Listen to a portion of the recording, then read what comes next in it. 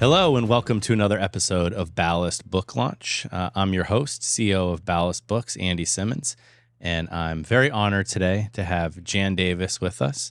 Jan is the author of Airborne 1 and Airborne 2.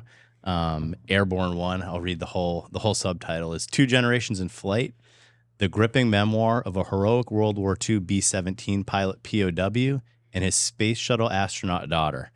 And Airborne 2, that's coming out soon, is the artistic musings of a World War II pilot and POW, Ben Smotherman's wartime log and penny cartoons as compiled by his astronaut daughter. So there's a lot there, right? So let's start right there by telling everybody, Jan, who you are: astronaut, engineer, daughter of a pilot in World War II who was shot down over Holland and became a POW in Germany for almost 2 years. Tell everybody a little more about yourself. Yes, I'm Jan Davis, space shuttle astronaut. I flew in space 3 times. I was born at Patrick Air Force Base, which is now Space Force Base, while my father was in the Air Force working on the Matador missile. So I grew up around airplanes, and the first parts of the space program down at Kennedy Space Center were done by my father. After that, moved to Huntsville, Alabama. My parents divorced, and my mother remarried, and we settled in Huntsville, Alabama, where they were testing the rocket engines that took us to the moon. The Saturn V engines would shake the whole city. Wow. So I was greatly influenced by the space program, the Apollo program, a kid, growing up in Huntsville. And I think by having friends of my parents who were engineers, made me interested in engineering because I liked math and science. So I studied engineering and went to college majoring in mechanical engineering, went to work for NASA eventually after a stint in the oil industry. And while I was at NASA, they started picking women astronauts. So I thought that might be a wonderful job, interesting job. And certainly. So I applied, didn't make it the first 2 times, but the third time I made it and started training to be an astronaut. And 3 missions. Well, yeah. We were talking earlier, it's almost like you were born to be an astronaut. I mean, with your lineage, with your father. He was a pilot in World War II, but after the war, he continued a long career in the Air Force. And yes. And having grown up in Huntsville around the space program, when did you know that you wanted to be an astronaut? People asked me if I had always wanted to be one when I was a little girl, but they didn't have women astronauts when I was a little girl. They were all military male test pilots. So it wasn't until they picked the first space shuttle astronauts and included women and non-military people that I started thinking about it. And I was going to work for NASA about the same time, and other people encouraged me to think about it also. I had the right degree. So I guess that's when I set that as a goal, was when those first space shuttle astronauts were selected. And so I kept going to graduate school, kept doing things I thought might help, like becoming a pilot and scuba diving and things like that. And so I didn't really have a set time where I said, this is what I'm going to do. I just kind of set it as a goal and just kind of tried it out, see if I could make it. And so part of those skills that you needed to learn, one of which was flying, right? Right. And what better of a person to bounce ideas off and talk flying with than your father, who of course had flown bombers in World War II. Right. You mentioned earlier that your parents got divorced when you were a young girl, and and I know your father, he remarried, and you didn't see him that much growing up. Right. When you started flying, did that really reconnect the two of you? Yes, I think it did. He's a very good writer himself, so he wrote a lot of letters to me, which I am fortunate to have. Even though I didn't see him much, we talked on the phone a lot. And when I started flying airplanes, I talked to him about that, and he told me what it was like to fly back in the day before they had, good navigation systems for flying on instruments. And he also gave me advice, like, as a pilot of an aircraft, you're responsible for your passengers and for the airplane itself. So make sure you don't do anything beyond your own limits or the machine's limits. And so he gave me advice about things like that, which which was really neat to have that perspective. And Yeah. we did talk about it a lot. Yeah. Do you think, was that a conscious decision that, my father was a pilot and that's something that I want to go into? Or do you think it was just something that was always ingrained in you and it happened more organically than a conscious decision? I think it was definitely organic because when I was a little girl, a toddler, and my friends also who had daddies in those days who were pilots, anytime a plane flew overhead would say, "Oh, hi, Daddy, that's my daddy flying the plane." So I was always looking up at airplanes, so I was always interested in them. But I think I wanted to be a pilot because he was a pilot. Yeah. And I also thought, at that time when I was trying to be an astronaut, I thought that might help. It wasn't a requirement, but I thought it would help to show that I had an affinity and interest for flying. And so it was mostly because of him, though, that I really wanted to learn to fly, to see what he went through as a pilot. That's fascinating. Yeah. I love that story of looking up. And that was in Germany, right? Actually, that was when I was a little bit older, Okay. probably like just before kindergarten. Okay. But you were aware of that. Yeah, I was aware of that. Yeah. What was interesting is two places that you lived in Germany, Ramstein and Landstuhl. I actually lived there. I don't know if you knew that. Wow. I lived in Kaiserslautern. So Ramstein they were our rivals, and then Landstuhl, of course. I don't know if the hospital when you lived there, it was in the 50s, I guess. But if they had built the Landstuhl, the hospital there, but it was. We learned when we lived there it was the largest hospital, I believe, in the world, and the reason they made it so big was so that if it got bombed, it wouldn't decimate the whole building. It was so big it covered like a mile, a square mile. Wow. That it couldn't all be bombed in one fell swoop. And I just remember going from doctor's appointments in that hospital when I lived there as a teenager. And I probably did too when I was a toddler. It could have been nearly a mile from one office to another office there. So I just thought that was pretty interesting. But do you remember? I mean, you have some and I think we should start talking about what's in the book because you have some wonderful pictures of you in Germany there. And one thing we should point out, I mean, I don't know a better documented book that we've ever done. It's just, and this, this is from World War II and shortly after. We have wonderful color photographs and everything documenting all this. So do you remember your time in Germany? If we even go over some of the photos in here. Yeah, I do remember a couple of things. I was 2-3 years old, so not a lot. I remember some odd things like the kind of car we had and the dresses I had, and because my mom would buy these Swiss embroidered dresses over there, but I don't remember a lot about living in Germany. And we came back when I was 4, so I wasn't over there very long. So let's back up a little and talk a little bit more about your father. A Texan, married your mother, very young. Take us through the kind of their beginnings, before the war, and how he ended up, as a pilot and dropping bombs over Nazi Germany in World War II. Yes, I love to tell that story, and that's why I wrote the book. But my mother's from Dallas, my father's from Fort Worth, and they went to school together at North Texas Agricultural College, which at the time was part of Texas A&M. Now it's University of Texas at Arlington. So they met in school. She was very young, but she graduated from high school early, so she was 16 when she started. He was actually a little bit older because he had worked for a relative in the oil field to save money because he knew he wanted to be a pilot, and he wanted to start taking flying lessons while he was in college. So he saved money to go to college and take flying lessons.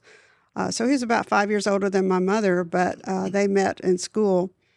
And I have her scrapbook from when they were dating with all of the events that they went to, the dances they went to, the poems that he wrote to her, the little things that he made for her in his machining class. And so they were pretty smitten with each other. Yeah. They loved to dance and have fun while they were in school. And they eloped. And got married the day before Pearl Harbor. Day before Pearl Harbor. And he had just graduated it was a 2-year college. He had graduated, was working as a draftsman. And so right after Pearl Harbor, so that was December 41. So January 42, he enlisted and started training as a pilot in the Army Air Forces. So he did most of his early training in Texas, different airfields in Texas, which I talk about in the book, as well as the planes that he flew while he was flight training. My mother lived with her parents while he was doing his flight training, and he got his wings in September of 42 at Lake Charles. Okay. And then he was transitioned to B-17 flying. He was initially going to be a fighter pilot, but they didn't have many fighter planes in those days. They certainly didn't have the fighter escorts for the bombers. So he transitioned to the B-17, which is a 4-engine, 10-person crew. So it's a lot of training for the commander of that crew, because you have to know what the gunner's doing and the navigator and the bombardier. And so he went through all that training as well. So it's pretty extensive training. And YB-40, which is a modified B-17, I talk about in the book. Not many people know about that airplane. And then he went overseas in May of 1943. Mm-hmm. So my mom stayed back home with her parents and went to school, continued to go to school while he was at war in combat. So May of 43 is when he made it across to the European theater, and then it was July of 43, I think, was his first combat mission? Well, that was when he was shot down, was July. Okay. Yeah. So that was his 7th mission. So he started flying, I think, in June, his combat missions, and was shot down on his 7th combat mission. Yeah. And in Airborne, he describes, the whole day, and it's just remarkable, kind of just the measured tone. There was no hysteria. Right. It was just, just something that happened, and he's telling a story. It's just remarkable getting that first person perspective, which we're losing obviously at a rapid rate right now. Getting the first person perspective from that generation of people in World War II, and he liked to write, so he wrote this journal to my mother, and he talked about losing friends and watching a plane go down. And those guys were just so brave to get in a plane after they've lost their friends and seen such tragedies. I was so impressed with their courage at such a young age and their bravery. Yeah. And the way he writes about it, he doesn't talk about any of that. It's just matter of fact, this is what happened. And so it's just a remarkable lens, I think, onto a different generation than maybe we have now, and it is very admirable. So he was shot down in July of 43. Yes. Over Holland, and again he describes it, and it's written about remarkably in Airborne. But what do you think? What are the most important parts of that story? Do you want to tell that story about how he was captured and taken to the POW camp? Sure. He was a good pilot, I'm pretty sure. Yeah. And he was being shot at by the Germans on his way back from the target. The target was in Germany. Yeah. And again, I just want to tell the audience, the way that he writes about it is just absolutely fascinating. Jan can tell the story here, but unless you've actually read his account of what he was doing, the way he was maneuvering, at one point he got turned around and he was headed back into Germany because he was so focused on avoiding these German fighter planes. So it's just you have to read his account in Airborne. So I certainly can't describe it the way he did, because he was there. He was there, and he really writes well. But he was on his way back to England from Germany, from the target in Germany, and was flying over Holland. And one of the German aircraft shot out his number 4 engine, so it was gone. Number 3 engine was dying because it had been damaged from the number 4 engine. And I think he was losing the 3rd engine also, another engine. And so he had to drop out of formation. Mm-hmm. And so the B-17s, when they were flying on their missions, they had a formation to sort of protect each other. They didn't have fighter escorts that would take them into enemy territory, but so they flew in these formations to kind of protect each other. So when you had to fall out of formation, you were very vulnerable. A lone duck, yeah. Yes, you were a lone duck. And so the Germans came after him. I forget how many shots they said they took and how many aircraft were actually after him as he fell out of formation. And so, as you mentioned, he and his pilot, I mean, if any of you out there know how to fly multiple engine airplanes, it's difficult to keep all four throttles going and the control of the airplane. And so both he and his co-pilot were trying to maneuver the plane, because when you lose engines, you lose some electrical buses, you lose some hydraulics. It's complicated, and plus people are still shooting at you. So, and he had a total of 10 people on board. So he's trying to save lives, of course, of his crew. So he was evading the Germans by doing fighter pilot type maneuvers, right. You know, in really. a bomber. Yeah, in a bomber, and he realized he wasn't going to make it flying, so he was going to have to crash land, and so he was about to hit this town. Now I know the name of the town is Wageningen, Holland, because I was there last month. Wow! And he was about to hit the town, and he didn't want to hurt people in the town or himself, of course. So he did a 180, which is just unheard of under those conditions. He did a 180, turned back around to land in a field that he had just passed over. So he crash landed in this field, which I also was able to go to, which was wow, amazing, emotional for me. Gosh, can't imagine. To be there. So he crash landed in this field, no injuries. All 10 people were fine, except they're crashed down in enemy territory. Right. And so you asked the most important part. I think the most important part was, one, he diverted so that he would save the town and his crew. Which he ended up being awarded a medal for doing so. Correct? Yes, he did. He got the Distinguished Flying Cross for that. But also evading the police for about 12 hours. So, and having been there myself, now I see the canals that he was swimming through and the fields he was hiding from. And so just trying to get to the underground. He had a map that they carried, and so he was trying to get to the underground to hopefully be rescued, but he didn't make it. He was captured, and so again, very brave. I mean, can you imagine, all this stress from flying and crash landing? You're hungry, you're tired, you're trying to escape at night, and then you're captured and sent to the interrogation center that the Luftwaffe had, the German Air Force had. And from there, he went to Stalag Luft III, which is where he lived for, like I said, almost 2 years. Yeah. And so while in the POW camp, the prisoners were given a booklet, I guess, called Wartime Logs, 150 pages. And your father made quite a name for himself and really utilized that wartime log in the POW camp, didn't he? Yeah, he sure did. His hobby was drawing cartoons. He had done it ever since he was like 10 years old. He used to write booklets of cartoons. He painted. He carved wood and made things. But since he was a draftsman, he liked to write. What you're showing there is the penny cartoon, which was in the South Compound newspaper, and he's quite well known for the penny cartoons that he did. And we have the 96 original penny cartoons. These are some of the paintings. In his wartime log, he painted the whole crash sequence of when he was shot down. And that's the only time he ever talked about the war with me, was when he was going through that sequence. So he painted in watercolors that entire crash sequence.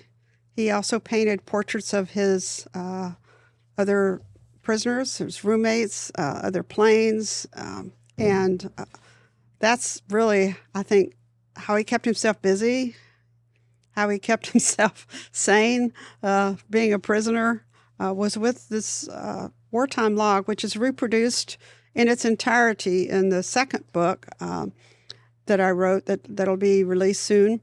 There's one of the portraits that he did. And on the left, you can see I annotated what he couldn't write, because his books were censored. So I explained, who these different people were, what the different scenarios were, what life was like in the prison camp. And I was able to... skill. Yes. But, obviously a great artist. Yes. Yes. So Airborne Artistic Musings of a World War II Pilot and POW, or Airborne 2. as Jan said, this is his entire wartime log with his notes, with his sketches, with the famous penny cartoons. There's just so much information in here. So when did you first discover his wartime log? There's his crash landing. That's the painting he did with the crash landing. So I first saw this when he pulled it out. One time I was visiting with him in Fort Worth, and he pulled it out. And that's the only time he ever talked about the war. And there he is. How old were you? He shot down a German plane in that painting. So I was in college. So as a child, never talked? No, never talked about it. Did you even know he had been a POW growing up? I knew he was a pilot. My mother had talked about him being a POW and what it was like for her, but he never talked about it. And I think that's pretty common because of so much trauma that they went through, and they just kind of want to forget about it. But when he was going through the wartime log, he was thumbing through the pages and showing me what it was like being shot down and describing that to me. And that's the only time I ever saw it. That one time. And the only time he ever talked about it. So I knew it existed. My sister had it, my sister from his second marriage. And she sent a scanned version to me. And when I saw it, and this was like in 2020, right after COVID hit. When I saw that was the first time you saw that, I saw the whole thing and read it. I said, I have got to tell this story. Yeah. So that's why I started writing the book. Was after seeing that wartime log, I wrote the first book, which is really a story about his life and how it intertwined with my life. So two separate stories became one story. That was in the first book. And then the second book, I really wanted to publish the entire wartime log because it is such a treasure and it's such a piece of history that needs to be told. And I really did it to document what he had written, what he had painted, and the penny cartoons as well. Yeah. And in the first Airborne, there was a lot of allusions to the wartime log, so I think it only made sense to publish that separately. And obviously the title of the book is Airborne for a reason, right? Mm-hmm. And you talk about your stories intertwining. So Airborne 1 is it's two stories. It's the story of your father's career, and then it's the story of your career. And you could look at it as two separate stories on the surface until you read it and you realize just how intertwined they are. And you do a remarkable job, and you're a wonderful writer, of intertwining those stories, talking about when you are in, the same feelings and emotions that you must have felt when you're in the space shuttle about to take off. The same feelings your father is probably felt before he left for his first combat mission. And something that your mother said to you before you first were shot into outer space. Yeah. I don't think you knew for sure if she said the same thing to your father, but I think you said you assumed she did. What was that? Yeah, I'm pretty sure she told him the same thing she told me, which was put God first, then your country, and go for it. And knowing my mother, I mean, she's a very positive person, very encouraging person, even though she was scared to death of me flying into space. Mm-hmm. I think when she sent my father off to combat, she was also scared, but very supportive and encouraging, and didn't let him know her fears until after he had left. Then the tears flowed, she said. But I'm pretty sure she told him, put God first, then your country, and go for it. And she gave him a Bible, which I carried with me into space also. Wow. But I think when I did the research about flying in a B-17, which I was able to do later, thankfully, and training that he went through, the risk he went through, the camaraderie he had, I thought, wow, I have a lot of that too in my career and in my flying. Yeah. And we had that same thread with my mother woven through it. And so I said, I really need to tell a little bit about myself too, not just tell his story, but how our stories are intertwined and we have a lot in common. Yeah, and I think you probably didn't even realize the extent of it until you got a chance to go through his wartime log. And that's right. I mean, it's just the way you write it kind of just smacks you right in the face. Like, wow, like the similarities between the two people, really, even though, we don't know him. I obviously never met him. But just the similarities between, how everything that you went through to get where you were and your love for flying, it really is remarkable. You can tell that, it's truly airborne. Yeah. Yeah. Yeah. Great title, by the way. Oh, thank you. My husband came up with that. Yeah. I can't take credit. Okay. Yeah. So let's move a little bit into, or actually I take that back. Let's go. So, the war finally ended in a pretty, climatic fashion. His POW, after a long, how long was the march? So the Russians were getting close to, the end of the war was coming. The Germans were pretty much defeated. The Russians were getting close to the POW camp where your father was held. And then what happened before they could finally be released? So he was in prison from August of 43 until January of 45.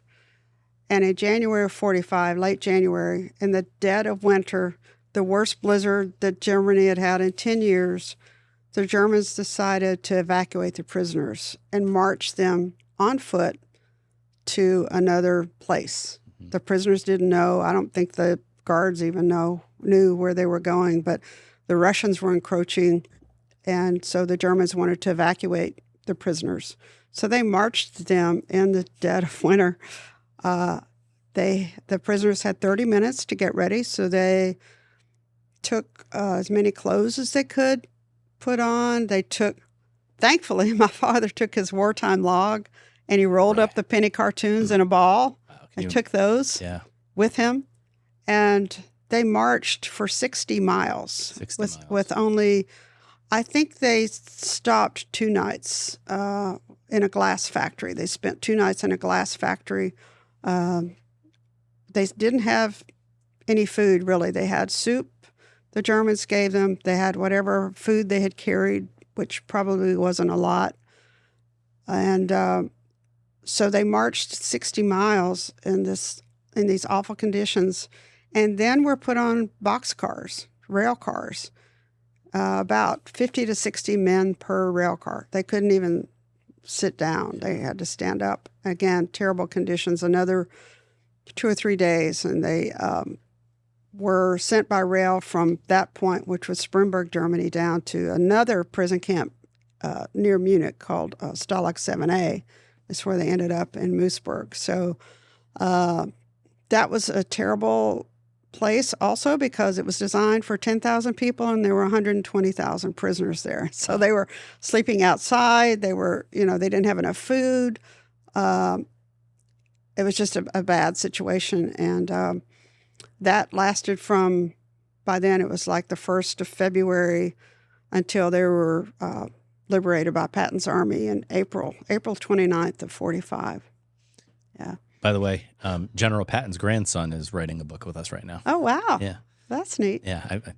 I thought that was an interesting similarity that, he talks and, your father writes about, Patton coming in and the tanks and hearing them and being liberated. So, so liberated, takes some time, but he gets back to the United States and can kind of carry on with his life. One thing that kind of struck me was, and I forget the adjective you used, but I think it was kind or gentle. He didn't seem like, and correct me if I'm wrong, he didn't seem like he had much emotional scarring from the war. No. PTSD, there wasn't the word for it then, PTSD, but he seemed like he handled it well. We know, for my grandfather, who I never met, died before I was born, but he came back from the war. Terrible alcohol problem that was what eventually killed him, like so many people did. It didn't seem like your father had those issues.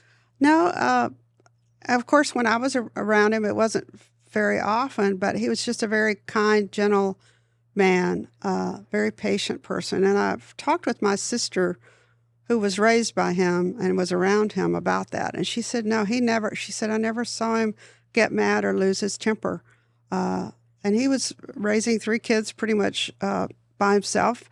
And I think being in prison, he learned what's important in life. And so most things didn't bother him because, after what he had gone through, life was pretty good, being a free man. Everything was gravy. Yeah. And so I don't think he had the PTSD. And in fact, recently I was with my cousin from my mother's side, and she described me as a kind man. She says he was such a kind man, and she remembered him. Yeah. I wonder, because he stayed in the military and he had a very important job and mission for many years after the war. I wonder if just still having that sense of mission, I wonder if that helped him.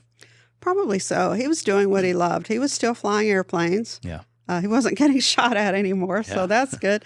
But he started the Missile and Space program with the Air Force, which is why I was born at Patrick Air Force Base. He was working on the Matador missile, and then he was one of the first officers to go to Vandenberg to start up their space and missile program out there. And that's why I went to Germany, was to deploy some things in Germany. So he had a very fulfilling job and a very important job. He stayed in the Air Force till retirement, so he retired as a colonel. He was a commander of a Air Force station, and then he worked at the Pentagon. So, he was very successful in what he did. And in the pictures I see of him in those roles, he looks really happy, like he's enjoying it. And both books, again, are filled with color photographs of him, and it really is remarkable.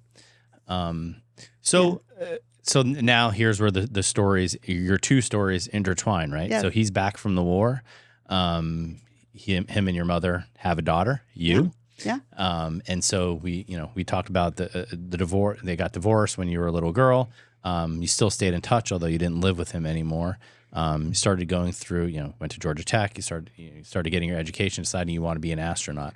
You already mentioned that you applied to be an astronaut 2 other times before you were accepted. Talk a little bit about that process and what it's like to what kid doesn't want to be an astronaut at some point? I think he said maybe 5,000 people had, and you obviously have to be pretty qualified to even apply. So what was the application process like? And tell us about when you finally got word that you had been accepted to the program.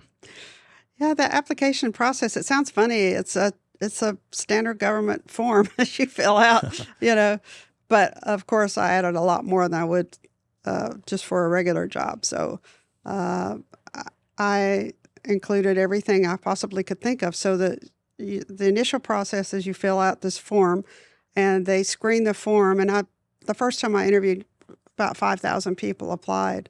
So they screen the form and check your references and all of that. And from that screening process, they decide who they're going to interview. And so that year, they interviewed 128 people. They interview in groups of about 20. So there were 6 weeks of interviews and medical exams, mostly medical exams.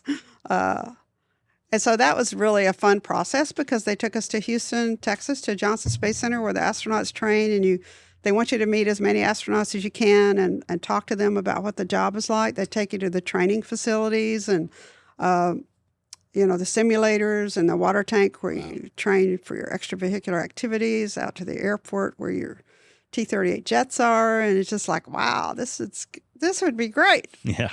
This would be a great job. Please take me. Yeah. And so you're on your best behavior, of course. And so it was just a wonderful experience, even though I wasn't selected. I had not yet finished my PhD. So I thought, well, I need to finish that. That really gave me the incentive to finish. Did they give you any feedback as to what you needed to work on to? Not really, no. No. I think at that point, just about everybody they interview is qualified, and it's just a matter of what particular skill they need at the time. And so, since I didn't have my PhD, I thought, well, that might be part of it. So I was incentivized to finish that. And so I finished that. I didn't get selected the second time, but the third time. Undaunted. Right? I'm not giving up. This is right. This is my dream. I'm going to keep going. I'm going to keep going. And so in the interim, we had the Challenger accident, and I was heavily involved with some of the redesign of a different part of the space shuttle that failed. The Challenger happened right after you were accepted to the program? No, before. Before. Okay. Yes. So my first interview was in 84. The accident was in 86. And I was so involved with getting the shuttle flying again that I honestly didn't think that much about being selected. I really didn't think I'd make it. I said, I'm going to keep trying, but, I've got this other thing I got to get done, get the shuttle safely flying again. So I was selected in 87. So that third time I interviewed wasn't that much different than the first. But I think just, having the confidence of, and more relaxed probably.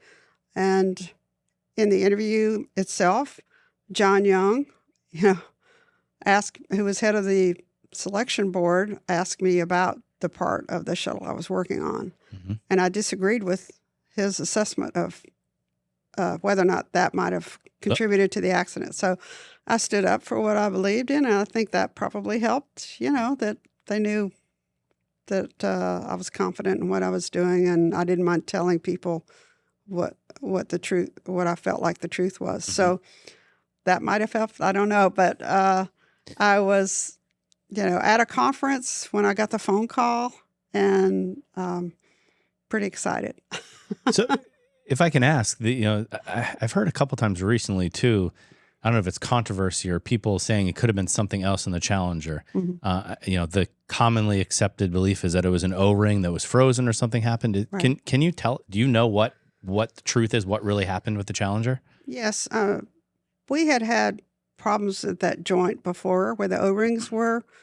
They call it blow-by, where the hot gases from inside the propellant burning had gotten through. Mm-hmm. And burned the O-ring, so they knew that was an issue, and they were already working on a redesign.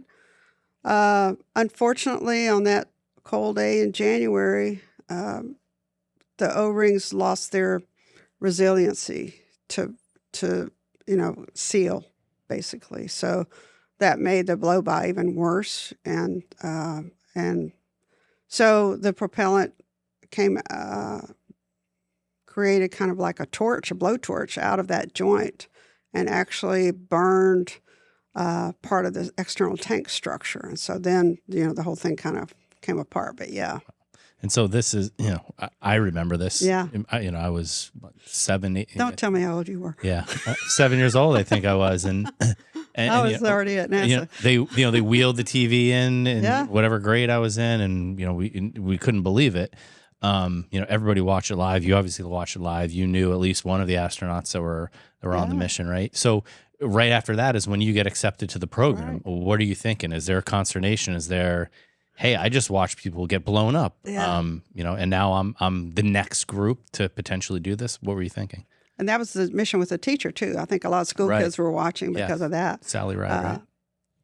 So to answer your question, I was at NASA already working as an engineer. I was working on the Hubble Space Telescope at the time. And anyone who's in the space business knows the risk Mm-hmm. of what could happen, because it's a very complicated machine, but also a very harsh environment, and difficult to design for that environment. And that's why it's such a complex design where a lot of things can go wrong. I was working with people who worked on the shuttle, and I believe they made it as safe as they could. And my mother called me actually the day of the accident and said, "Do you still want to be an astronaut?" Because I had already interviewed at that point. And I said, "Absolutely. I have confidence in this team, and I still want to fly." And that was my attitude when I was selected. It didn't affect my decision whether or not I wanted to be an astronaut. And I think that was sort of what you were alluding to earlier about my father climbing into an airplane for a combat mission. That's what he wanted to do. That was his mission. That was his service to his country. That was his duty. And I really felt like, when I was climbing into the shuttle, I didn't think about what could happen. I'm sure he didn't think about what could happen, although he knew what could happen. I knew what could happen, but we both were so focused on the job we had to do, the mission we had to do, and I just wanted to get up to space so I could do the mission I had trained for. And I'm sure he wanted to get over to wherever his target was and bomb and get the war over, and go home. So, that thought never crossed my mind of what could happen. People said, "Were you nervous when you were sitting on the launch pad?" No, I really wasn't nervous. I wanted to get up there and do my job. Yeah. And I think for those combat pilots, and probably still today, military pilots, are so focused on what they are trained to do and what they want to do to serve their country that they don't think about what could happen. Yeah. And obviously that fear doesn't serve any purpose necessarily, Right. unless you use it to motivate you. So you need to stay what can happen probably subconsciously, but you have to stay focused on the mission Yep. at hand. So tell us about, so now you're in, you're on the launch pad. You did three trips to space. Yeah. Tell us what it was like up there. Yeah, it was more amazing than I could have ever imagined. I mean, of course, we train a lot for those missions. We train not only for the science, but we also train in the shuttle simulator what the launch would feel like, what the landing and the mission will be like. But it can't prepare you for the awesomeness of our beautiful Earth. Yeah. And looking at the Earth from space and being up there floating, in microgravity, looking at the Earth. So we go around the Earth once every hour and a half. The space shuttle does. Yeah. Mm-hmm. So we're in darkness, 45 minutes. We're in daylight, 45 minutes. We're traveling 17,500 miles an hour, 5 miles a second. So you see a lot in a short period of time, and it's just amazing what your eye can capture looking at the Earth. It's different than what any video or photograph could show you, because it's just truly a beautiful and amazing place that we live. So that was how many people? That was the best part. How many people I had have 7? in history, approximately, Oh. have ever actually had that first person viewpoint Gosh. of that?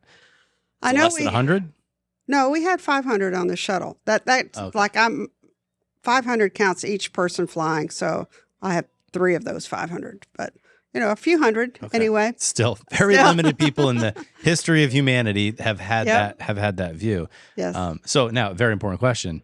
Did you see any aliens, any green men out there? Especially now, we're seeing all kind of declassified stuff. Fighter pilots that have seen it. Yeah, no. See anything that they had to make you sign your rights away, that you could never admit it anyway if you saw them? Just Navy pilots, that's all. Yeah. No. The Navy pilots see a lot, don't they?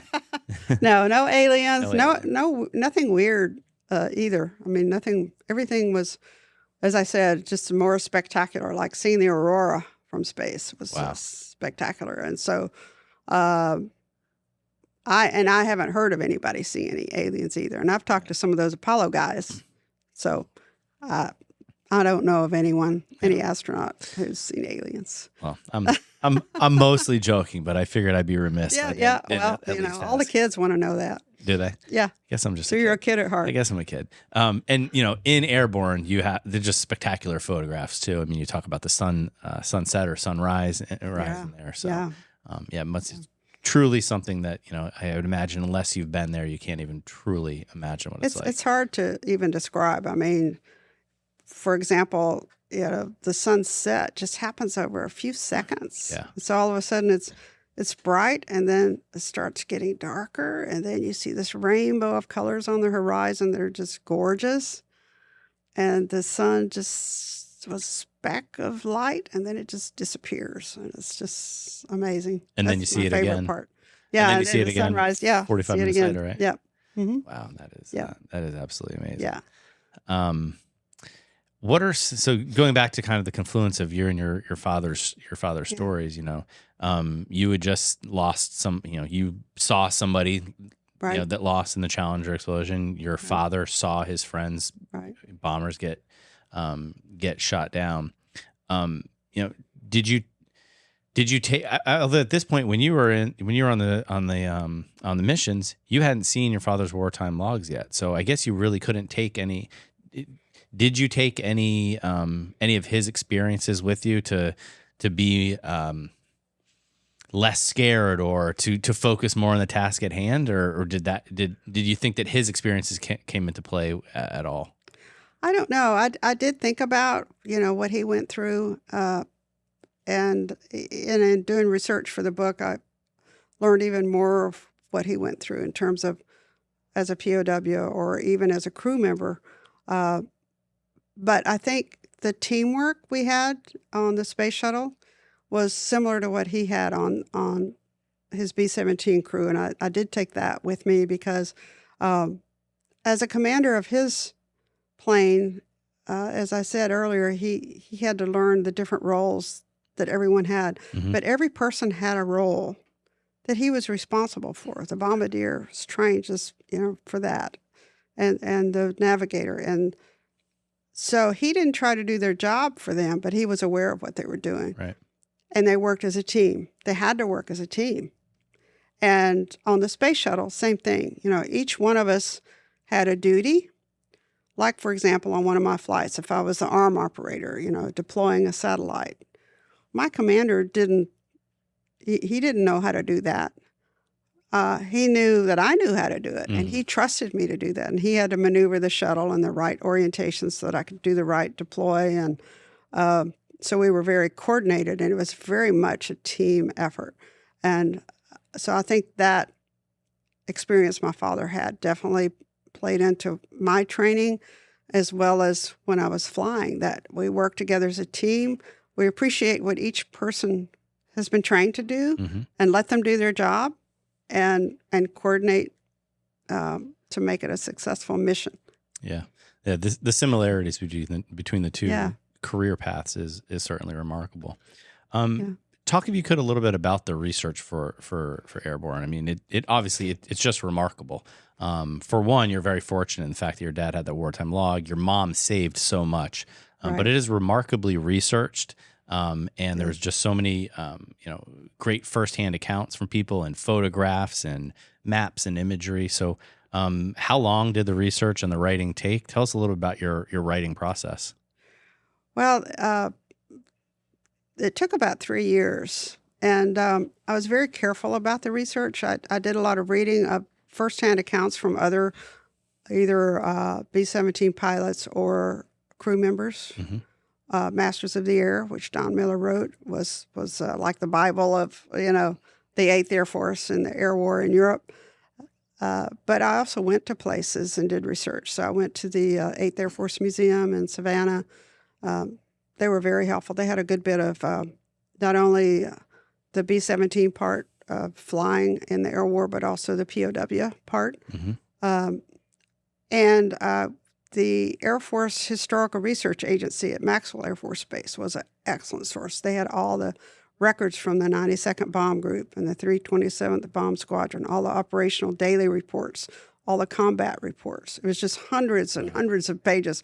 One combat mission report was like 300 pages that I would go through and just glean, little bits and pieces of what I could. So you could get the paperwork from your father's combat missions?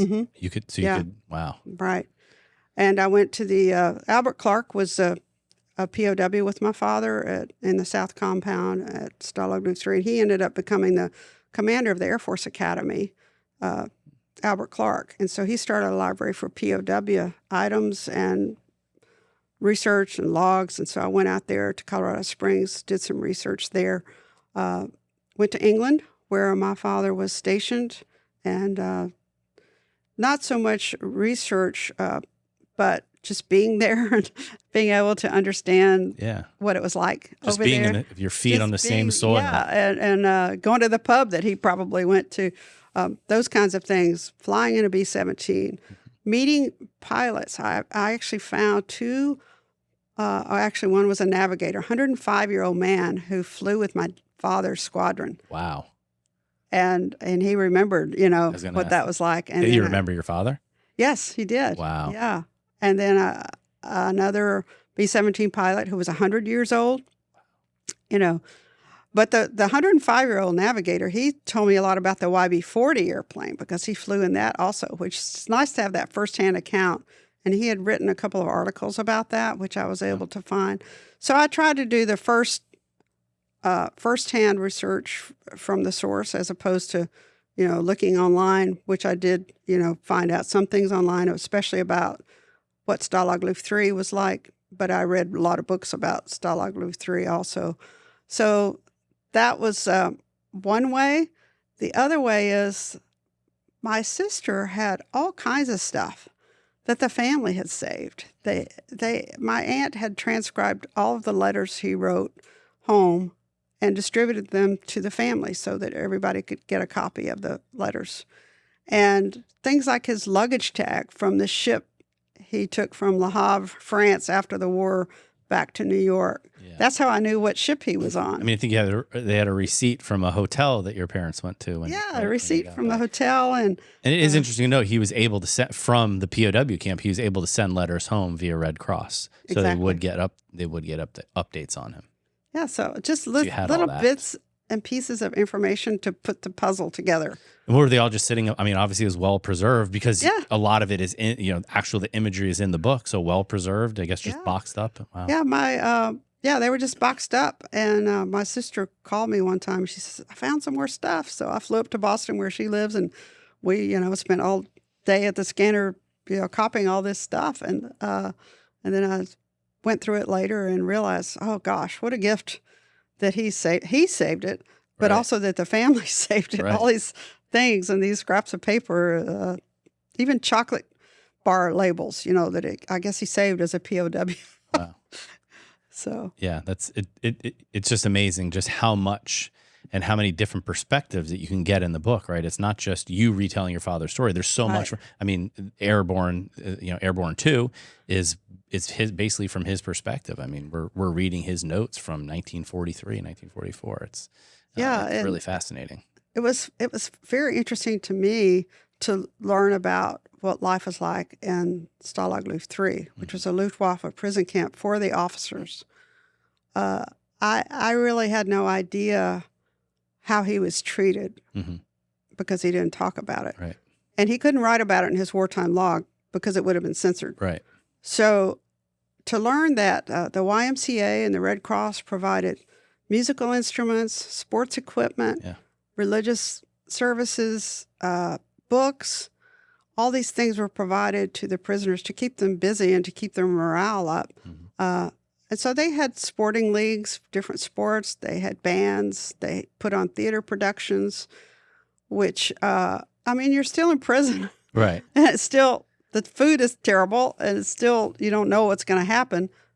But at least he was treated well, per the Geneva Convention, and because he was an Air Force officer, he was probably in the best place he could be if he's going to be a POW. Yeah. So I was relieved to know that he was treated well. He wasn't abused. He, kept himself busy. He had things to keep him busy. Yeah. That kind of thing. And so he passed away just before your first mission to outer space, but he knew you were going. Yes. He knew I was training. He had lung cancer, and I flew over to his hospital in a NASA T-38 with my Air Force astronaut pilot, because since I'm not a military pilot, I couldn't fly in the front seat, so I was in the back seat. But we have to get flying time, so it's not like we did something we weren't supposed to do. We were flying to an Air Force base where he was in the hospital, and so my father got to see me in my flight suit, and we talked about training for the mission, because this was just a few months before my first flight, and he was very interested in what the training was like. Mm-hmm. He was very interested in talking to the Air Force pilot. He was an F-16 pilot, so that was pretty cool. Yeah. And the Air Force pilot thought it was very cool to meet a B-17 pilot, who flew in the war. So all in all, it was just a very positive experience. Even though that was the last time I saw him, it was really neat to share with him what I had been through, and to see him so energized about that.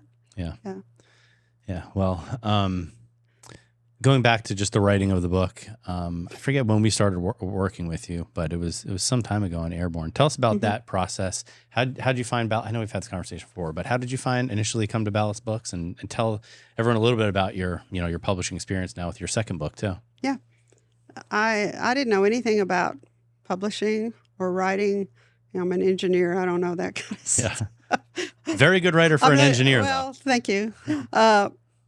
So I used an agent who was the agent for a good friend of mine, Homer Hickam, who wrote Rocket Boys. And so the agent was familiar with Ballast Books, and I was not even aware of the different types of publishing.